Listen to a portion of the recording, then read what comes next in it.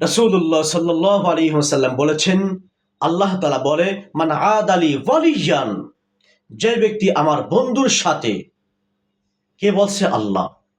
আল্লাহ বলে, যে ব্যক্তি আমার বন্ধুর সাথে শত্রুতা পোষণ করে, আমি তার বিরুদ্ধে যুদ্ধ ঘোষণা করলাম। অতএব আল্লাহর বন্ধু কারা? যে তাহাজ্জুদ নামাজ পড়ে। আল্লাহর বন্ধু কারা?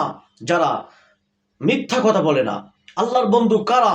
যারা সময় মতো নামাজ পড়ে, আল্লাহর দ্বীন খাঁটিভাবে আমল করে, তারা কিন্তু আল্লাহর বন্ধু। প্রিয় ভাই, আল্লাহর বন্ধুদের সাথে খবরদার কোনো সময় শত্রুতা করতে যাবেন না, তাহলে আপনি শেষ হয়ে যাবেন। আল্লাহ আপনার সাথে যুদ্ধ করবে, পারবেন? পারবেন না। আল্লাহর সাথে যুদ্ধ করতে পারবেন না। অতএব যখন আপনি আল্লাহ ওয়ালার সাথে দুর্ব্যবহার করলেন, আল্লাহ কিন্তু আপনার সাথে যুদ্ধ করবে, পারবেন না। অতএব এই সমস্ত কাজ থেকে আল্লাহ তাআলা হেফাজত করুক। এখন তো যারা নেতা, বিশেষ করে যারা নেতা, আওয়ামী লীগ বিএনপির নেতা, তারা বড় বড় খতিবদের সাথে দুর্ব্যবহার করতে একটুও তাকায় না, পরিশেষে দিন শেষে ধ্বংস হয়ে যায়।